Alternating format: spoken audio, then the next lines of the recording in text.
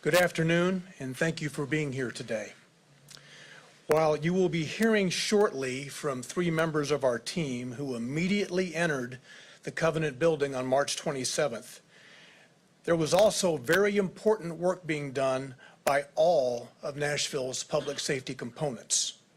To begin today, Chief Drake has some initial thoughts about that response. Chief John Drake. Thank you, Don. Good afternoon.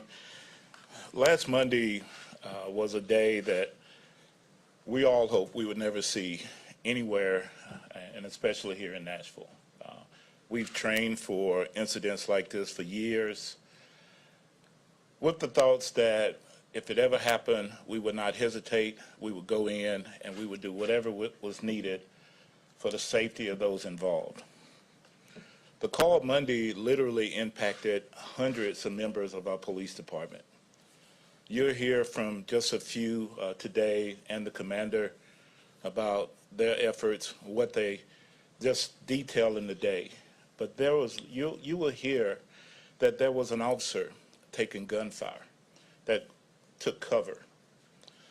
You'll hear in the future that this officer also went in and pulled a kid out of this school to safety. We want to make sure that we know that while we're highlighting these officers, there's a lot more that was going on. The first responders that responded, Rex Engelbert, Mike Collazo, and Sergeant Mathis, did what we were trained to do. They formed together, they got prepared and went right in, knowing that every second, every moment wasted could cost lives. And I'm so incredibly proud of not only them, but other members of our police department as well. I watched video of officers who went into the school, took pulse of the victims, hoping there was life in these people, grabbed these kids and ran out of the school, hoping to save lives. I'm so incredibly grateful for them. We set up a reunification site for kids and for officers to come together to reunite with parents. I had parents at the scene who were telling me things like, hey, I found one of my kids, but I can't find other. And all I could say at that moment was, please go to Woodmont Church, and thank you, Woodmont, for reunification. At the same time, I knew there was 3 victims, and I was just praying and hoping the person I was talking to, it wasn't them, because I could see the pain and the hurt that they were dealing with. Also to our officers and our chaplains and counselors who went to Vanderbilt University Hospital, who spoke with the families, gave counseling to the degree that at the funeral services, the families wanted to have these counselors and chaplains and behavioral health counselors with their families. It's just an incredibly tough day, but I'm really thankful to them. I'm thankful also to Vanderbilt University Medical Center. I listened to an interview of one of the doctors and said he just wanted the opportunity to save lives. He didn't get that opportunity. Neither did our personnel. But they were able to go in and prevent more from being harmed. Also, our investigative team, who had to painstakingly go through everything that went through that school. Every video, every victim, and as I walked through the hallways and seen people in the hallway and all the things that I saw, they had to go through this hour by hour, day after day, painstakingly going through journals, and this investigation is still ongoing. We'll say thanks to our federal partners as well for coming out and just being totally engaged with what we had going on. To our crime scene experts, the civilians who you never really hear about, but they're a major part of what we do, to reconstruct crime scenes, to go in and to pick up evidence and to gather whatever is needed to put that together for whatever case that we were looking at. They were there hour after hour as well. I want to give a special thanks to our partners at the fire department and paramedics. In our training, when I first trained years and years and years ago, we were trained to go in, continue going towards the threat, stepping over anything, any casualty, whether it's a police officer, victim, until the threat was taken out, and then you go back and extract. But now we have medical personnel that wear ballistic helmets, ballistic vests. They can go in when we go in and extract people, hoping that we can do this in a manner that we can save lives. Also, to our dispatchers, who, if you can imagine, taking call after call. And I hear 25 to 30 calls came in, they were inundated, and they had to listen to people screaming, crying, hearing gunfire, and triaging these calls and dispatching it to officers. I want to say thank you to our entire team.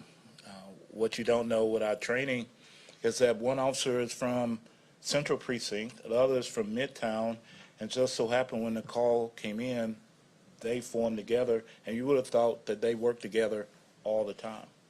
But that's not the case. That's just how we train and prepare. I want to give a special thanks, and this is not said often, to the teachers at Covenant School. The teachers had gone through active aggressor, active shooter training recently. Their efforts also saved lives. They knew how to have the kids on the wall, away from the windows, out of the hallways. Where we could have had a lot more casualties, they were able to protect these kids as well. And I want to say thank you to the teachers. I want to express my condolences to the 6 families. I've had the opportunity to visit all of the funerals so far, 5. I have one more, which is Ms. Kuntz, which will be tomorrow. I've had the opportunity to talk to parents, and they are incredibly thankful for everything. And what I've learned in this is I've renewed my faith, because as I sat in a church Saturday, and I watched students from Covenant School take flowers down to the altar, and literally I'm in tears, and the other first responders, police officers, firefighters, we're in tears. And I look at these kids, and they look at us, and they say, thank you for your service. And they believe that their classmate is going to heaven, that they're in a better place, and they're not hurting. The ones that was hurting the most was us. And so I want to thank Covenant School for instilling that in them and for teaching them there's maybe something better. They're not hurting anymore. Thank you to all of you all. I know it's been intensive covering all of this. I'm incredibly thankful for you. I'm incredibly thankful for our team. I'm thankful to our mayor. I've not had the opportunity to tell him thank you for leading us through this during this time. To Don Aaron, to Chris Mufford, to others. This has not been an easy time. And I'll have to say this. On the way to work one day, shortly after the shooting, usually I see kids and I smile because I wonder what their future is going to be. And the next day I'm headed in and I see kids and I'm in the car by myself and I'm crying. And instead of being happy about thinking about these kids' future, I'm thinking about these 3 kids and these other adults, well, especially these 3 kids, would never get to experience whatever it was in store in life for them. And I always say this to our men and women, no one ever said it would be easy, but they said it would be worth it. I'm totally proud of our men for what they did. So thank you.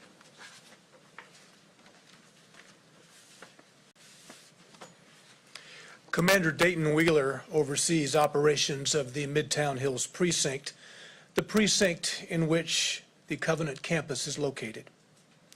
Commander Wheeler will speak with you about the broad response of the officers from the Midtown Hills Precinct and the impact that response has had. Commander Dayton Wheeler.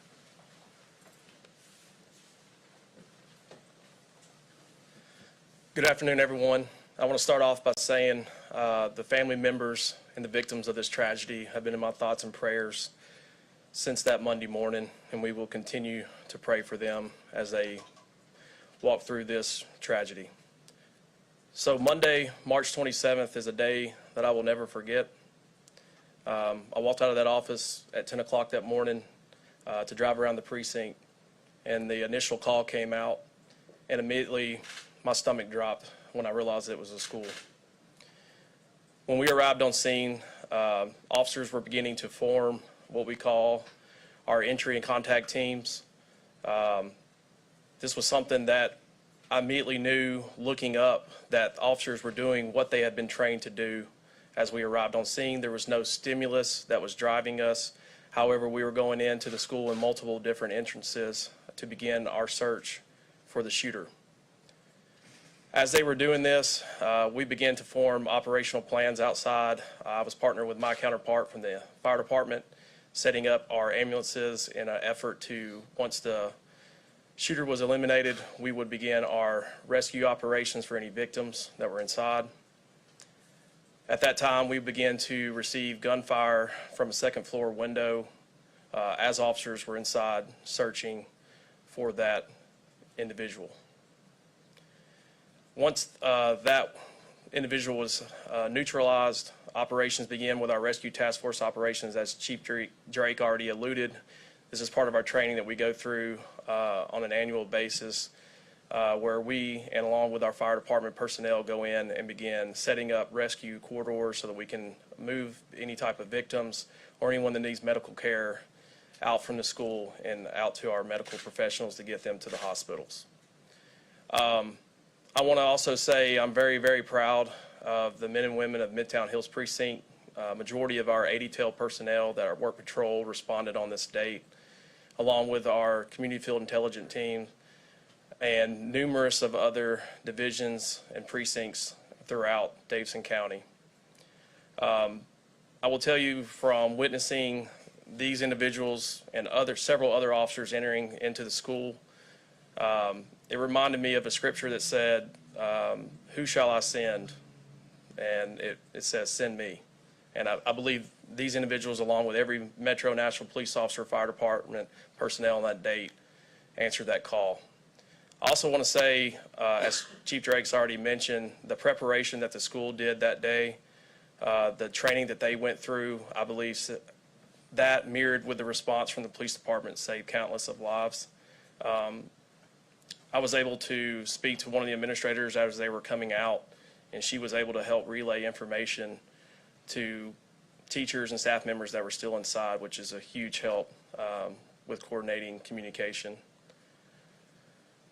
Obviously, there's a long road ahead of us. One of the biggest things that Chief Drake's pushed here is wellness, not only for our officers, but we know there's going to be a long road for the victims that are involved as well.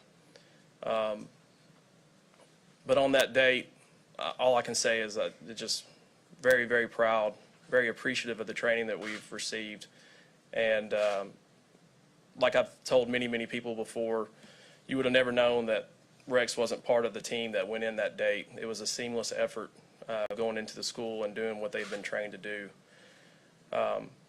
So from everything from the reunification site, so once you have an incident like that, my primary responsibility was to start setting up staging locations, reunification site, media staging site, because when something like that occurs, there's hundreds of officers that are answering the call to come there. So I just want to say thank you to all the other command staff personnel that responded on that day and assisted with that call for service. But that's a general overview of the response, and I really want to just pass it on to the officers so they can give you a detailed synopsis on what they did that day.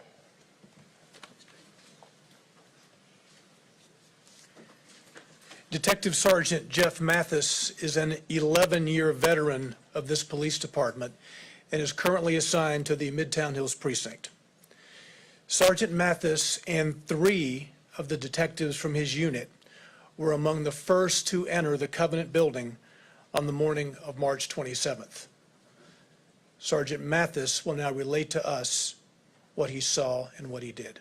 Sergeant Jeff Mathis. Good afternoon. My name is Detective Sergeant Mathis. I am the supervisor of Midtown Hills Community Field Intelligence Team.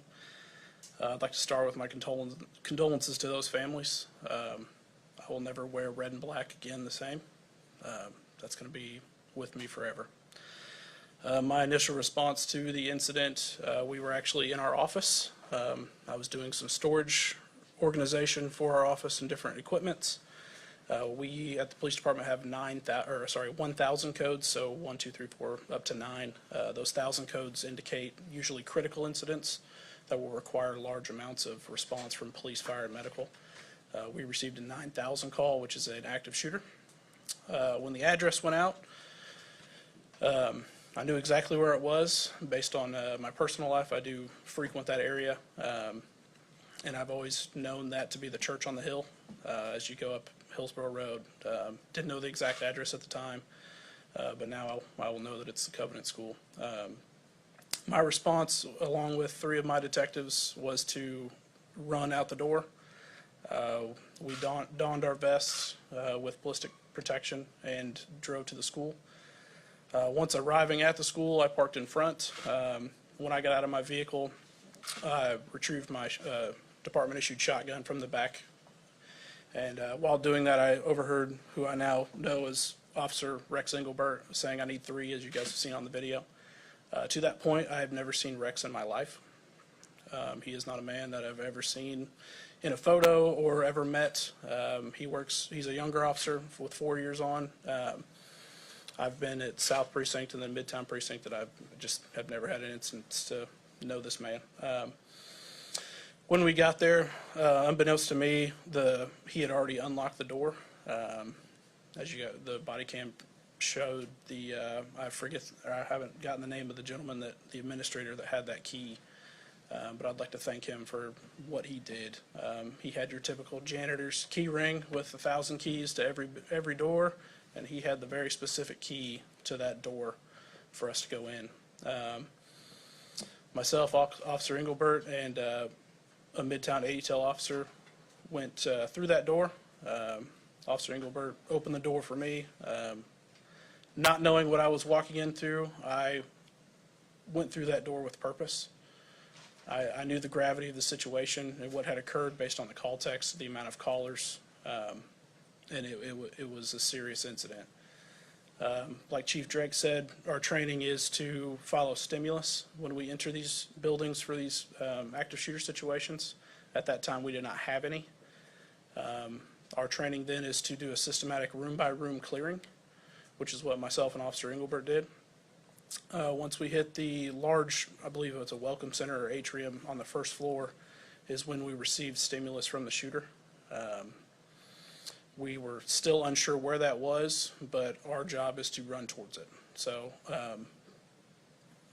we went through a pair of double doors at that point, unbeknownst to me, because I was focused on those double doors that we went through. Detective Collazo and others had responded and gotten up to us at that point. When we went through the doors, the shots continued. I couldn't tell you how many there were, to be honest with you. We just heard the sounds. From my training and experience, I knew those sounds to be rifle rounds that were being fired based on what it was. We proceeded up the stairs. Once we got to the stairs, we got to a second floor hallway. Once in that hallway, the smell of gunpowder was in the air. It was also very smoky. Obvious that there had been fire in that area very quickly. Doing what our training tells us to do in those situations and following the stimulus, all of us stepped over a victim. I, to this day, don't know how I did that morally. but training is what kicked in. We then proceeded continually to the sounds of gunfire. And then once we got near the shooter and the shooter was neutralized, that's where I'll end my statement at that moment, just because of the ongoing investigation. Afterwards, I do have history in investigations.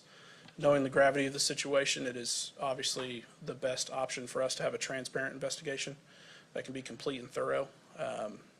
You can see in the video, I believe I said secondaries and security is what I said. And that security was for that crime scene, based on our duty to do thorough investigations. Also, in active killer scenarios, you never know if there's only one or there's many. So our work is not done at that point. We still have to search for victims and then transition into that rescue task force that we train also. I think that'll be it for me. Thank you, Jay.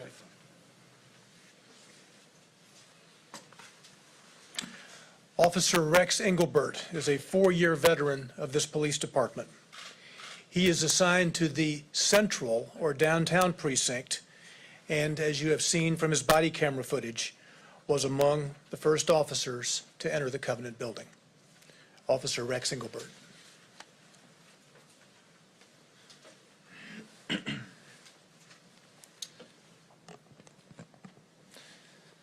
I was working in a regular duty capacity that day.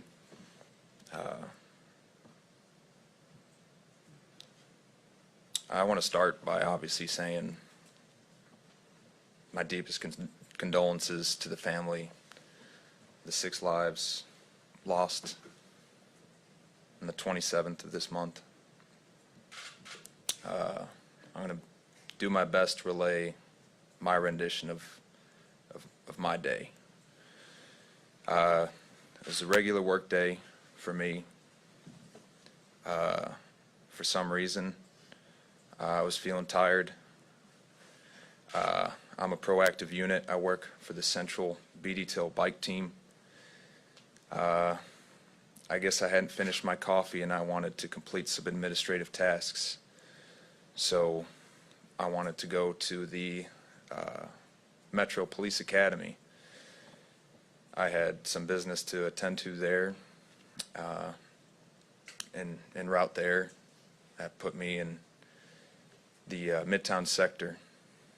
So I really had no business being where I was. I think you can call it fate or God or whatever you want, but I can't count on both my hands the irregularities that put me in that position when a call for service came out for an act of deadly aggression at a school. I immediately turned on my lights and sirens, knowing the severity of such a call. Like Sergeant said, it demands ample resources, in which I was available. Like I said, I was tending to myself.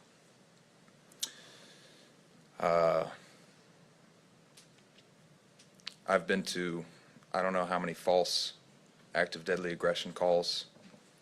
Something told me it was time to really get to this one. I treat them all the same, but I was driving as safely as I could get my body there. I don't know the area. I needed to put it in GPS. When I arrived, I don't know the layout of the school. Luckily, due to the bravery of 2 staff members, they stayed on scene. They didn't run, and they gave me concise, clear information for me to use to help anyone in danger. The gentleman gave me, like he said, the exact key I needed to enter the building. It was readily apparent I was going to be the one to make entry, and I've been given my training. I know my role, and I made entry with the personnel I had, and luckily I had some. I saw there were patrol units, and I asked for people to join me as I had a key. I was unaware there were any other access points other than the one I had. As the sergeant said, I did not have stimulus at the time. I was intently listening, so we cleared the hallway we had, room by room, until we made it into the lobby. Like I said, I don't work with anyone that was there that day, so we had to use plain speak to understand each other's roles, what we had to do. When I did hear stimulus, I couldn't get to it fast enough. I just looked for the nearest staircase I could find because I could tell it was above my head. Eventually, following the guidance of other officers, I luckily deployed my rifle. Kept walking towards the gun, the sound of gunfire. There was, like Sergeant said, some smoke in the air. It was very similar to the training we receive, the stress inoculus that our training academy had exposed me to before this incident. I definitely wish I had also deployed my rifle caliber rated heavy plates when I found myself at the front of the stack where I found the stimulus of the threat, the second floor of the school. Like Sergeant said, work wasn't over. We didn't know if there was another threat. Immediately took teammates I am not used to working with to start clearing rooms, escorting children and teachers along. And there were more personnel and resources at this point. I was able to guide them out basically similar to the way I had came in. And just tried coordinating best with supervisors and fire personnel until I was relieved of duty on that scene. I was told to sit in my car. And that was pretty difficult because I could tell there was more work to be done. And that's about the day that I had on the 27th. Thank you, Rex. Detective Mike Collazo is a 9-year veteran of this police department, and he is assigned to the same unit as Sergeant Mathis. In fact, he works for Sergeant Mathis. Sergeant Mathis is his supervisor. Detective Mike Collazo.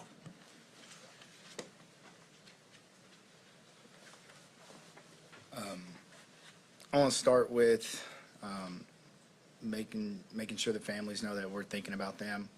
I know a lot of people have reached out to myself, Officer Rex, Sergeant Mathis, our teammates as well. There's been an outpour of support from the community, from other agencies throughout the nation and through the world, and I just want to tell them we greatly appreciate that, but I also hope that that along with all of us, that we remember the victims. And about that day in question, like Sergeant Mathis had stated, we had just started our shift and we were at the office. I was completing some administrative task, sending some emails when the radio was, I believe I had my radio sitting on my desk. One of our partners, Detective Wagner, he sits to the left of me. I believe his radio was there, and we heard the 1,000 code go out of the active shooter, and we heard the dispatch location and that it was in Midtown.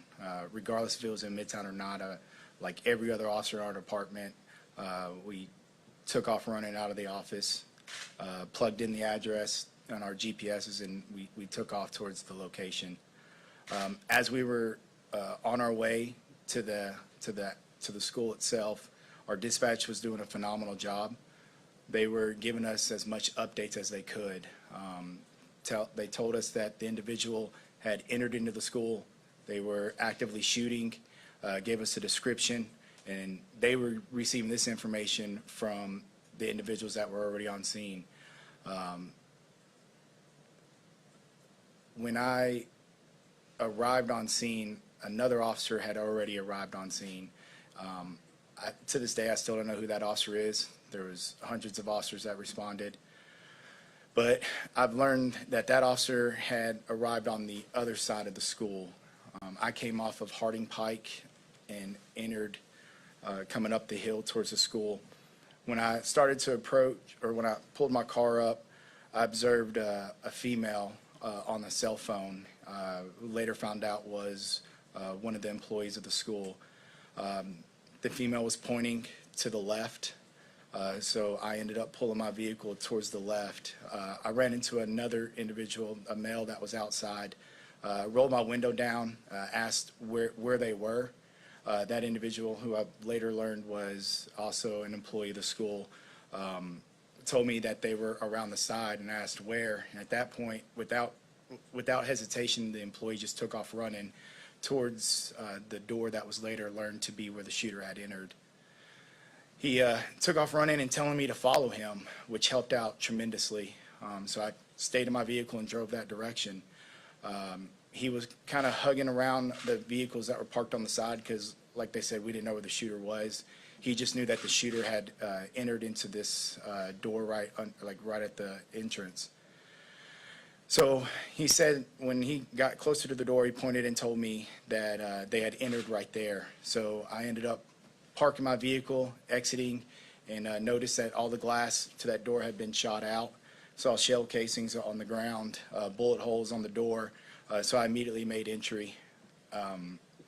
As I made entry into the school, I saw an individual that I believe has been identified as the janitor.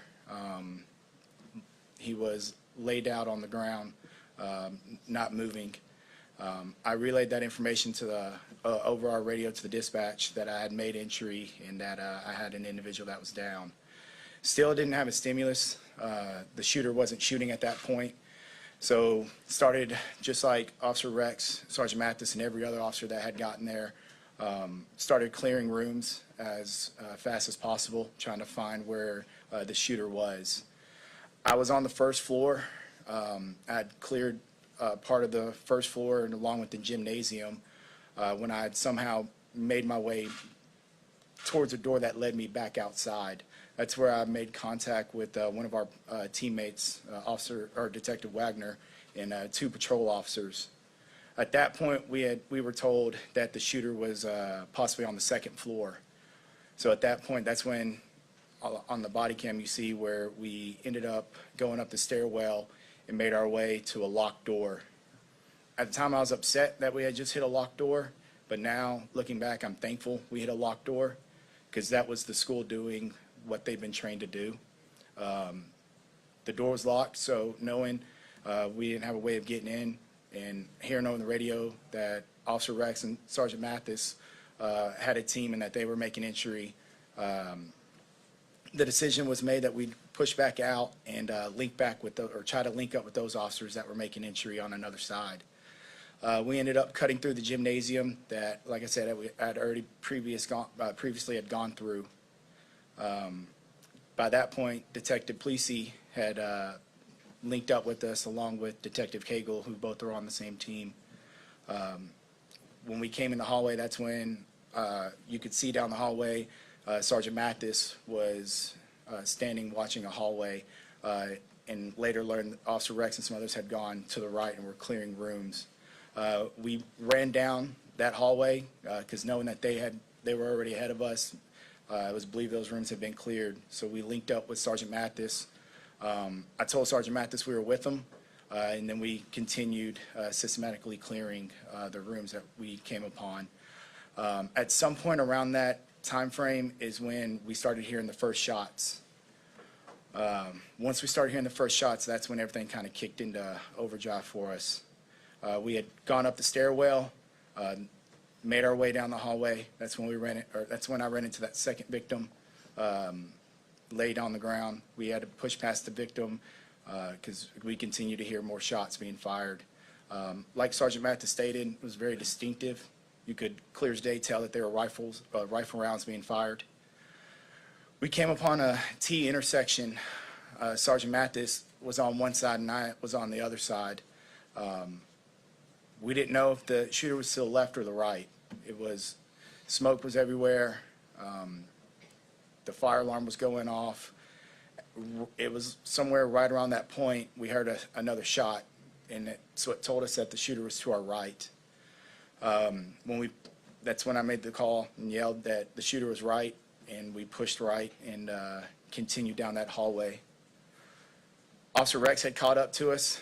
I noticed that Officer Rex had a rifle with a LPVO on it. Not knowing where the shooter was in the distance that we would possibly encounter with the shooter, asked Officer Rex to push forward for us, which he did without hesitation. We continued down that path until we encountered the shooter. Once the situation was ended with the shooter, like Sergeant Mathis and everybody stated, our job wasn't done. We knew that there was victims. We had to pass those victims. So I immediately switched gears, left that scene, and ran the route that we had just taken back outside. Other officers had responded, and they were making entry on different rooms.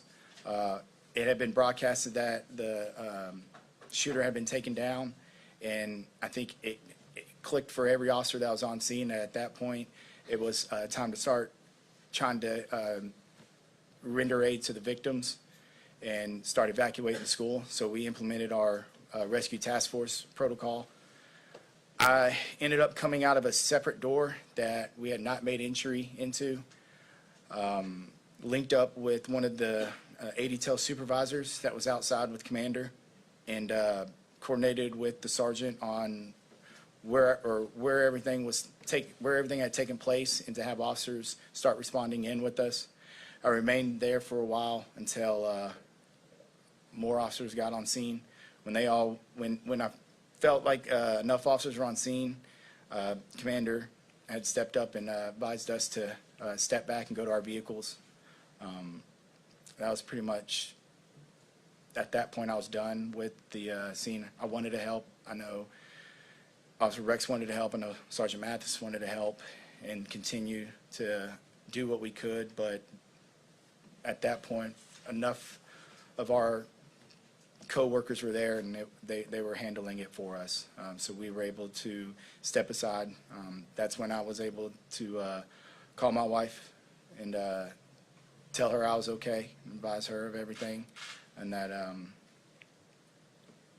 yeah. I want to add something just really quick. I know you have some questions of these officers. I want to say something.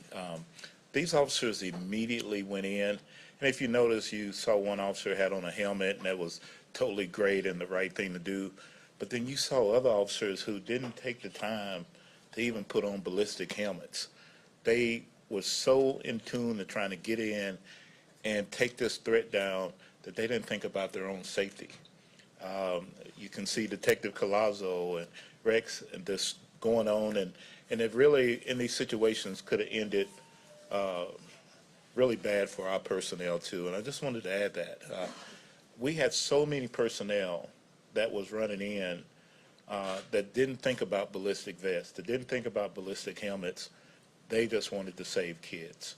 And I just wanted to add that before you ask questions of the officers. I'm incredibly thankful and grateful for the efforts. So. Thank you, Chief, and thank you, gentlemen. I know this was not easy to do this for the first time ever today. Folks, this is not an investigative news conference. We're not talking about the investigation today. These officers are not involved in the investigation. They were the first persons there. With that said, if you have any questions for them, please let me know who the question is for. Jason? For the responding officers, thank you for telling your narrative and your story of what happened. I think a lot of people, though, watching tonight want to know how you all are doing right now. More than a week later, are you guys okay?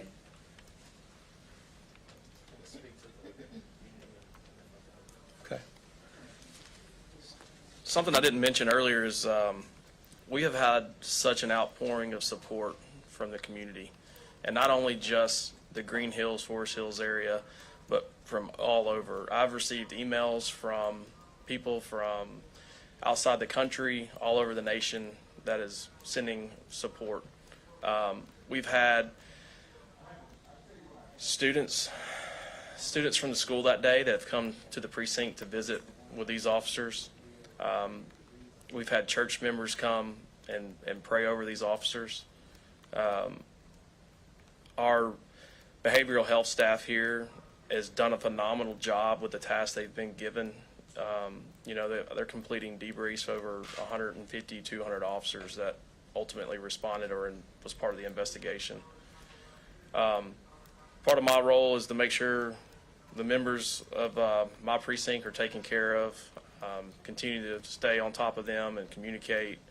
I know each one of them has a great support system at home and at work. So I just wanted to add that the community as a whole has been tremendous through this entire ordeal. And I'll let them speak on anything else. Do one of you want to come up and just, Just personally curious, just if you guys are all okay. Yeah, we've had multiple conversations with each other. For the situation, I think everyone is doing well. There's obviously been loss of sleep. Children hugged more than normal. Me personally, I dropped my kid off that morning just like I normally would at daycare. And one of the best things that our behavioral health staff has given me and others is to keep your routine. Don't create any bad habits. Don't get rid of any good habits, or vice versa. So we've struggled for a little bit of relief from the strain that it was caused. Obviously, seeing very, very terrible things. But as Commander Wheeler said, we have a good support system, not only with ourselves, but the community as a whole. And a majority of us have personal support systems from either outside family members or churches that have stepped up drastically to reach out. Mike, Rex, anything to add? Yeah, for Detective Collazo, can you tell us just a little, you said the first thing you did was call your wife and let her know you were safe. What has your family member support been like?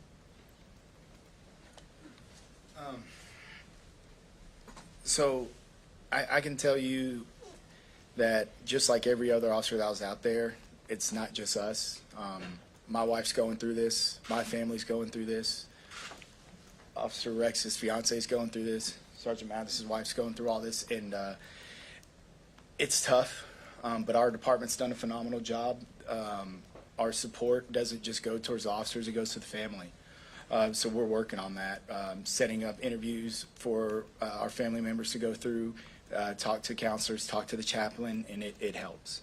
A lot of the community that's reached out has actually talked about our families and that they're praying for our families and they're thinking about our families, and it goes a long way for us. One or two more questions. Here first. I know that at least one of you is a father, and I'm wondering how you explain to your children not only what happened that day, but also your role that day.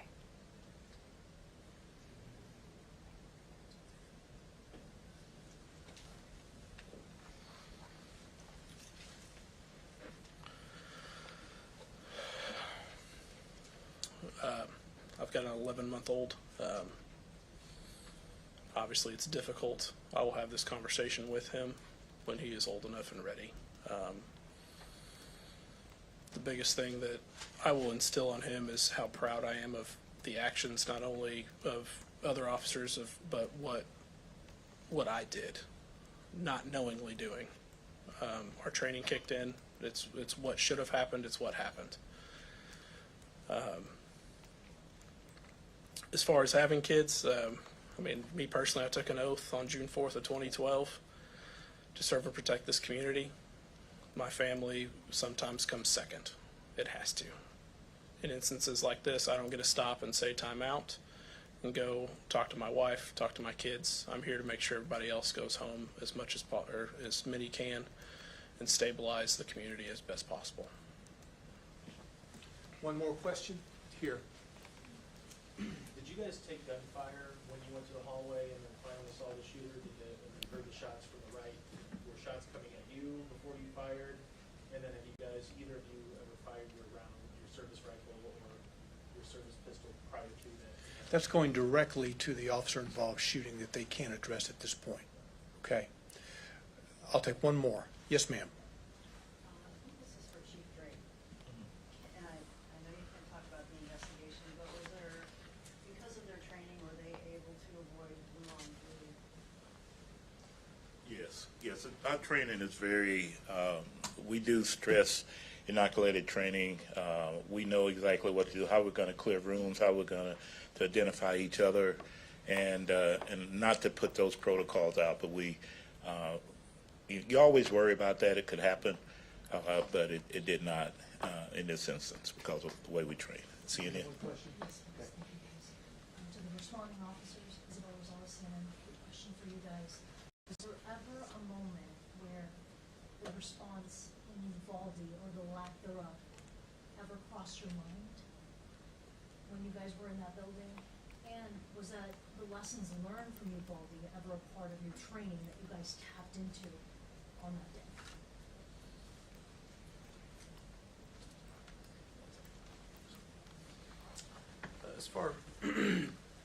As far as Uvalde goes, that would never cross my mind.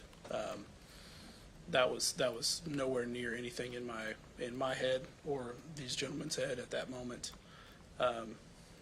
I've been getting the same training that I deployed since 2012. We are trained to a very high standard. As Chief said, we do stress inoculation, and there's a reason for that, because when we opened that door and the fire alarm was going off, I've been through that. That was something that was already there. I knew what I was capable of doing at that moment. And when we put that training to use, regardless of when it is trained, we get the outcomes that we had. Was interested in getting any other opinions on that? You want to ask me, Mike? Just piggybacking off of Sarge, our training academy has put us through this countless times. We're blessed also to go to outside our department for training. Anytime training pops up, I know everybody's jumping at the bit to go to it, and it played a part in how we responded. Officer Rex, So these officers didn't have to be here today. They agreed to come and speak with you. They had the choice of whether to do this or not. So I want to thank them all for being here today, for taking this time, and for sharing what Officer Wells said during the bombing was his truth. Thank you for sharing your truth. Thank you all for being here today.